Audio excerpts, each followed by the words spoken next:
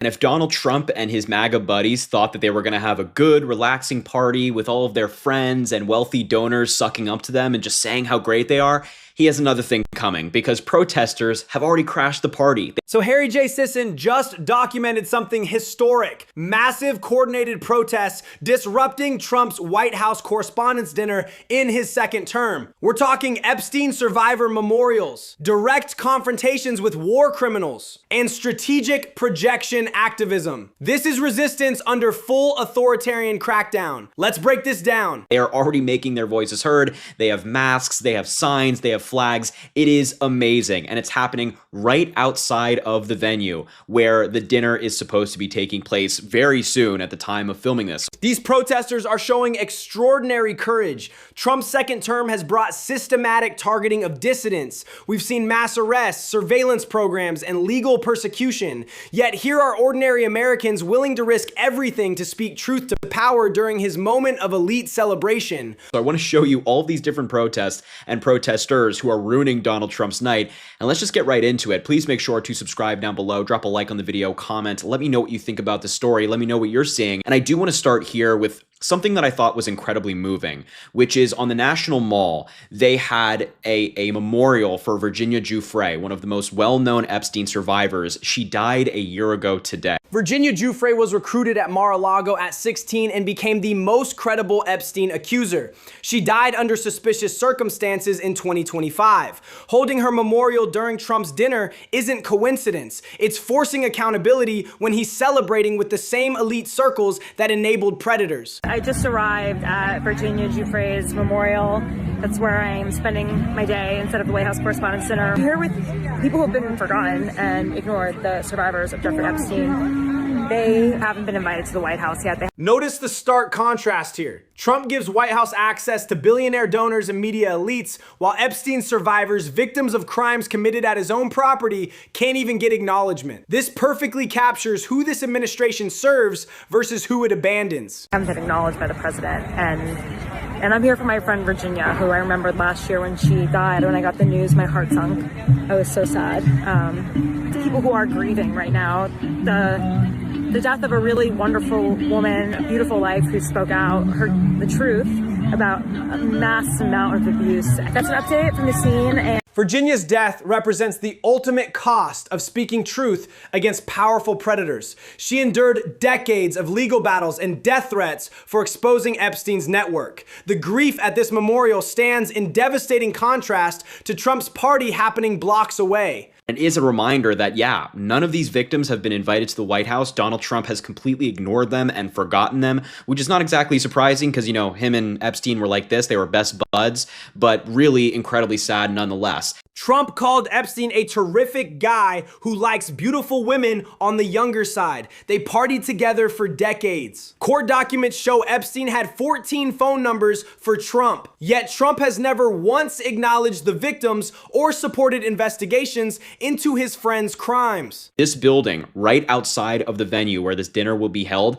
there are going to be projections of photos of Donald Trump and Epstein together. And this is going to be right on the building as you walk in. So anybody that is going to this dinner, I mean, you can see there's quotes from different news publications. There's quotes from Donald Trump. There's photos of Epstein. This projection strategy is brilliant activism. These aren't conspiracy theories. They're documented facts from court filings, FBI records, and Trump's own statements. By projecting them on the building, protesters force every attendee to confront evidence they'd rather ignore. Anybody who's going to this dinner, whether you're just a journalist or Trump or these Republicans, you will be seeing this graphic on the building as you go in. And there's so much in this video. I mean, there's also, you know, them hanging out and partying together. They're displaying on the building. And of course, you know, Virginia Giuffre's placement at Mar-a-Lago and what happened there and his just complete dismissal of everything that took place with this case. And it's just over and over and over again on repeat at this building. It is fantastic. The key detail everyone forgets: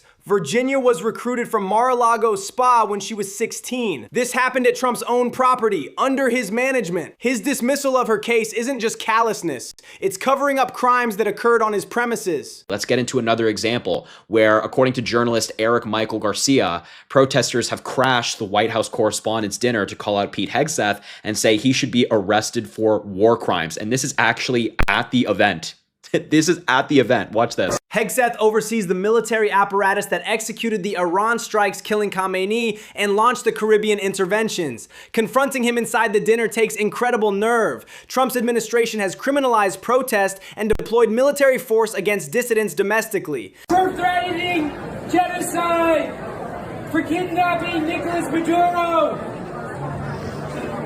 for overseeing targeted strikes that killed over 180 people. Arrest in the Caribbean. Arrest Pete Hegseth. Arrest Pete Hegseth for war crimes.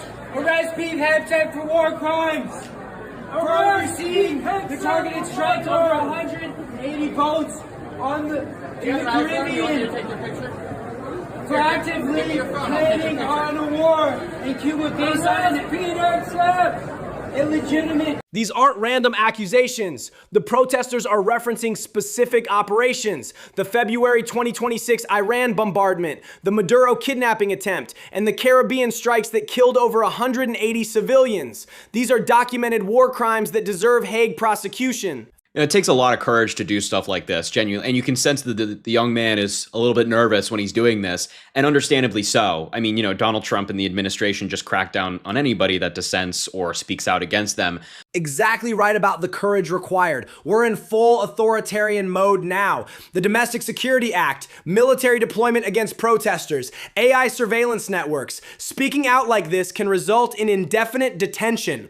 These protesters are genuine American heroes. But credit to them nonetheless for calling out Pete Hegseth, because, he kind of flies under the radar these days. He has been quiet recently, which shouldn't be the case. He shouldn't fly under the radar because he is as responsible for the chaos that the United States is currently in, both at home and abroad, as Donald Trump and the rest of the MAGA goons. They're all part of this. Media focus on Trump allows war criminals like Hegseth to operate in shadows. He orchestrated the Iran assassination that brought us to nuclear brinksmanship, yet gets treated like a boring cabinet secretary.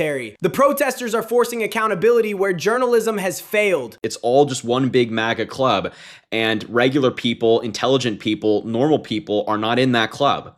And so shout out to these young men for calling out Pete Hegseth and Donald Trump. I'm here in front of the White House Correspondents' Center. I'm not going, but I wanted to show you what it was like outside and the protests outside tonight. That's where Donald Trump will be speaking tonight in the White House Correspondents' Center. Right over here, as you enter, there are large protests happening right now as individuals coming in. They're chanting "Shame on you" and others. There are signs, "No war for Iran," "No war for Israel," "Trump must go now." Those protest signs capture our exact moment. Trump's Iran war has pushed us toward World War III. His tariff policies have crashed the economy, yet he's celebrating with media elites. The urgency outside versus the denial inside perfectly captures America's split reality. But essentially, Donald Trump and J.D. Vance and all of them, they're going to be driving up this avenue right here. Start down there, all the way up here, and they're going to be met with the protesters as they come in. And these aren't the only protesters tonight. There are billboard trucks driving around talking about CBS's down ratings this year and more. This coordination is remarkable. Projection, activism, memorial services, direct confrontations, mobile billboard trucks. Multiple tactics forcing visibility when traditional media covers for Trump. This is how you pierce through propaganda and create undeniable public moments. That's great. I mean, they are going all out. They have the signs, they have the flags, they have the billboard trucks driving around the building as well. It is fantastic to see that people are showing up and showing out against this administration. The excitement is infectious and justified. After years of feeling powerless watching democracy collapse, seeing ordinary Americans fight back with such creativity and courage provides genuine hope. This is grassroots resistance against elite authoritarianism. And the cherry on top of this all is that not only are there protests outside of the building, not only will it absolutely disrupt the event, but Donald Trump and J.D. Vance are going to have to drive by it. I need somebody to film them as they do. I need that to happen. If it does, I'll bring it to you folks. We'll talk about it. But I need that to be something that somebody does. Remember October 2025 when Trump released that AI video specifically targeting him as an enemy of the state? Trump's reactions to protest reveal his deepest psychological vulnerabilities, his desperate need for universal approval, and his rage when reality contradicts his narcissistic delusions. I want to see Donald Trump's reaction to the protests because, again, we know how he feels about people who protest against him. He hates dissent. He hates when anybody speaks out. He hates the First Amendment as long as when it's being used against him. If it's being used in favor of him, it's his favorite amendment in the entire Constitution. Perfect point about Trump's selective constitutionalism. He weaponizes free speech when supporters attack his enemies, but deploys military force when citizens protest his policies. Classic authoritarian behavior. Rights only exist when they serve power. Not necessarily connected to the White House Correspondents' Dinner, but something that has taken place in D.C. over the past 24 hours. I'm sure you've seen Donald Trump posting online about redoing the reflecting pool in front of the Lincoln Memorial and the Washington Monument. He's, for some reason, painting the concrete under the pool blue. The Reflecting Pool project perfectly captures Trump's priorities. Americans are struggling under crushing tariffs that have made basic goods unaffordable. Yet he's spending millions on vanity construction projects to stroke his ego. Pure narcissistic leadership. And the signs around the construction site say "Thank you, Trump," and it includes this dumb image of him in a hard hat. But of course, the great people of Washington, D.C. showed up as well in their own way. F you, President, and you can you can fill in the gaps, but that is a sign that has been defaced in Washington, D.C. because of what he's doing to the reflecting pool and the fact that he's putting up these narcissistic signs around it saying, "Thank you, Trump." Like, thank you for what? For wasting taxpayer dollars repainting the bottom of the reflection pool?